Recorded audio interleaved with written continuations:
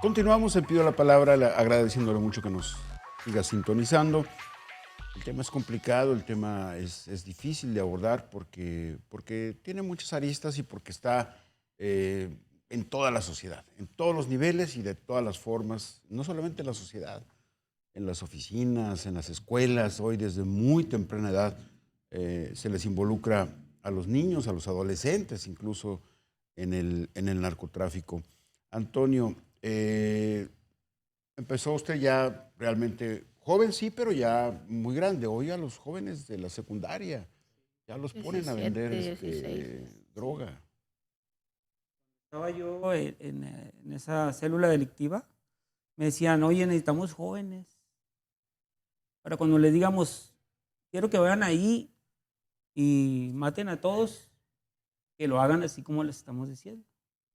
Porque en aquel tiempo se respetaba mucho a la familia y a los niños, a las esposas. No podías ir a no podían cometer un homicidio si había niños o si había Cosas. adultos, esposas. Entonces, ese fue algo que me desilusionó y ya no quería yo estar ahí. Sí, sí, porque guardar droga ellos es una cosa. querían reclutar jóvenes que no tuvieran la capacidad de saber las consecuencias que vendrían a su vida. Entonces, eso no me gustó.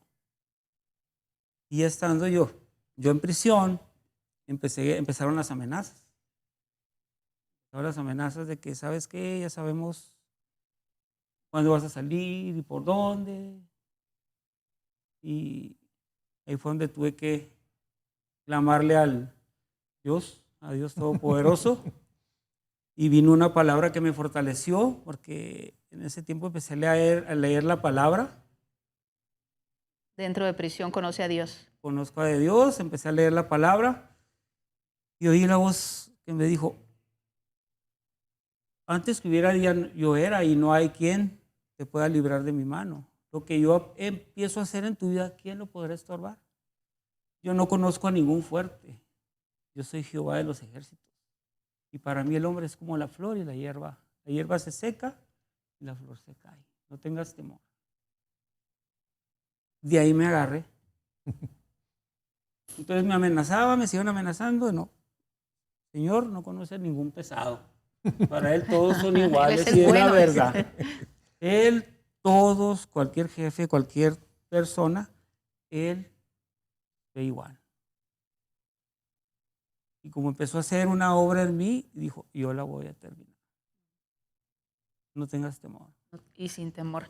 Es que lo tenemos aquí también el día de hoy. Y justamente, licenciado, ahorita que nos hablaba Antonio del reclutamiento de jovencitos, ahorita en la actualidad nosotros vemos prácticamente a diario en los espacios informativos 16, 15 años, 17, incluso hemos tenido de menores edades.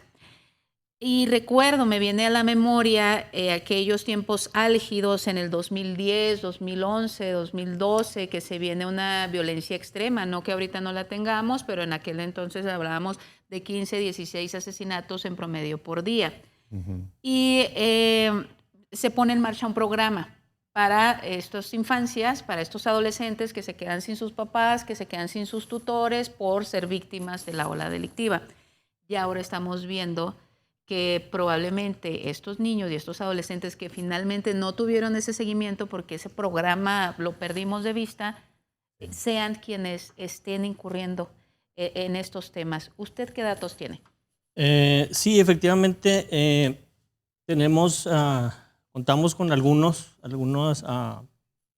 trabajos de investigación, de estadística, que nos hablan de algunos intentos que desafortunadamente no se han actualizado, pero sí tenemos la información en cuanto al tema generacional, a esos pequeños que les tocó vivir esa época de niveles altísimos, y algunos de ellos, lamentablemente no todos, el día de hoy, pues cuál ha sido su seguimiento o su comportamiento dentro de la sociedad.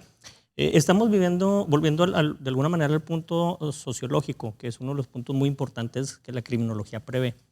sociología criminal, como Enrico Ferri lo sugería, el padre de la sociología. Nos dice la historia que va con el padre de la criminología, César Lombroso, y le dice, pues tu teoría lombrosiana tiene cierto sentido, pero necesitas considerar el impacto social. Claro. Entonces, estamos viviendo realmente, si tenemos a eso a más de 100 años de historia, vemos que no ha sido muy variante este tema. Estamos viviendo una crisis en el núcleo social, núcleo social que es la familia.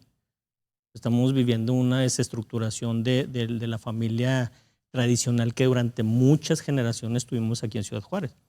Hay otro factor, volviendo al tema de las necesidades. El joven muchas veces se ve atraído por estereotipos, por una necesidad básica, que es la necesidad de aceptación. Entonces, tengo la necesidad de ser incluido en un núcleo social, entonces pues tengo que dar muestras de que estoy de acuerdo con esas reglas y esos lineamientos de esos núcleos sociales. Entonces, esa es una de las respuestas que podemos tener sobre este fenómeno. Y por ejemplo, ¿han visto casos de jovencitos que por coraje privaron de la vida a mi papá, a mi mamá, me dejaron sin el cariño de mi ser querido? Pues ahora yo quiero desquitarme, ahora yo quiero pertenecer a un grupo delictivo para hacer también lo propio y tener venganza. Sí aplica. Tenemos otro tema muy, muy interesante, como todos los temas conductuales.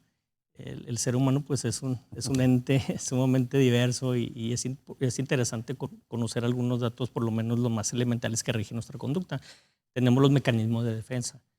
Entonces, los mecanismos de defensa son pensamientos, son ideas, son impulsos que nos llevan a compensar cierta situación emocional. Entonces, si en el individuo hay una emoción de odio, de resentimiento social, de culpabilidad, va a tratar de compensarlo de una u otra manera. Entonces, ahí podemos tener también otra posible causa dentro de la causalidad general que está de los generando múltiples esto. factores, ¿no? Sí, pero las necesidades es un tema conductual que es elemental.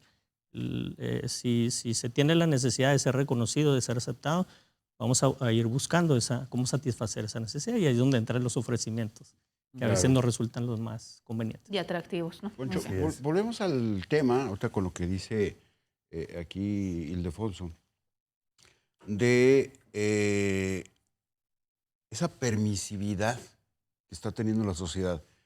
Con las series, por ejemplo, de narcos. Se sientan en familia a ver las series con los hijos ahí a un lado y a platicar lo que hizo uno y lo que hizo el otro.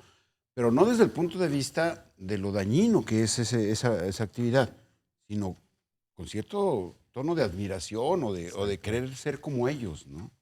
Exacto. Ahí, ¿cómo poder entrarle a esa? Digo, el trabajo que ustedes hacen es sensacional, pero es tan grande el problema que hacen falta muchas más, muchas más manos, ¿no? ¿Qué falta? ¿El gobierno? Para empezar, sí.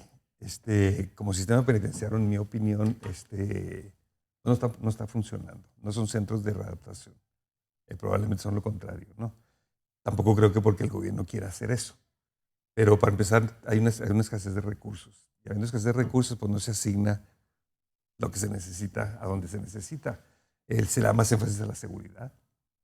El comandante y el custodio, y no anden acá y rejas y eso y todo lo demás. Se necesita hasta cierto punto, pero la que es el tema de la persona. Mira, yo me acuerdo que uno de los precursores de todo este tema escribió un libro en el 48, no me acuerdo el nombre del autor, pero él habla de lo que él le llama el prisionalismo. Y el prisionalismo, él dice, en el momento que una persona entra a la cárcel, empieza a ser prisionalizado. Porque, por ejemplo, hablamos ahorita del amor, pero cuando tú llegas a la cárcel por primera vez, ya no tienes nombre, ya tienes apellido, eres un número, la huella, entonces ataca exactamente la necesidad que tienes. Y entonces, ahí no empieza la reinserción. Yo tengo esa teoría y digo, la reinserción empieza desde que pones el primer paso en la prisión, ¿no? Tampoco estoy diciendo que la jaula debe ser de oro, porque tampoco. Pero ¿cómo queremos rehabilitarlo, reinsertarlo si no? Ese es un factor, el interno del gobierno. El otro, nosotros como sociedad. nosotros tenemos una corresponsabilidad con aquellos que fallaron. Y cuando sale una persona, nosotros como sociedad Lo rechazamos. Lo rechazamos. En lugar de... Porque nosotros es al amor y al cariño, el respeto y todo lo demás, falta de valores, ¿no? Pero si los perdemos en la casa, pues ¿cómo queremos que se lo demos ni siquiera al vecino, el que sale de la prisión? Entonces es un problema muy serio, pero pues todos estamos haciendo el intento de recomodar esos factores, ¿no? Y hacerlos funcionar. Que de hecho Nayib Bukele, el presidente de El Salvador, él dijo, no, ellos no tuvieron consideración con las personas afuera, cómo actuaban por ser criminales, lo sanguinario que fueron. Hicieron una prisión específica en donde, pues sí, el ser un número, el no recibir ningún alimento que tuviera algún tipo de proteína, lo básico, pues es parte de esa enseñanza o de ese castigo. Que ellos deben de tener, pues es algo que la ha adoptado, ¿no? Entonces, Así pues es. bueno, Sí. pero aquí nos da usted otra perspectiva más humana, por así decirlo. Sí, sin dejar de atender esa, ¿verdad? Pero que aquí como mi casi tocayo, porque tú eres de Alfonso, yo soy Alfonso, casi somos tocayos. Por un par de Casi letras. tocayo. Casi tocayo. Casi tocayo. Como él decía, al final de cuentas, las raíces y la causa, ¿no? Se tiene que atender y es Es lo que nos infinita casi, ¿no? Por donde la veas. Sí. Pues con esta anotación vamos a hacer una breve pausa comercial. El tema está muy interesante. Claro que en una hora no vamos a tener para abordarlo todo, pero estamos tratando de que usted tenga las mejores anotaciones de todos y cada uno de nuestros participantes. Vamos a la pausa, ya regresamos.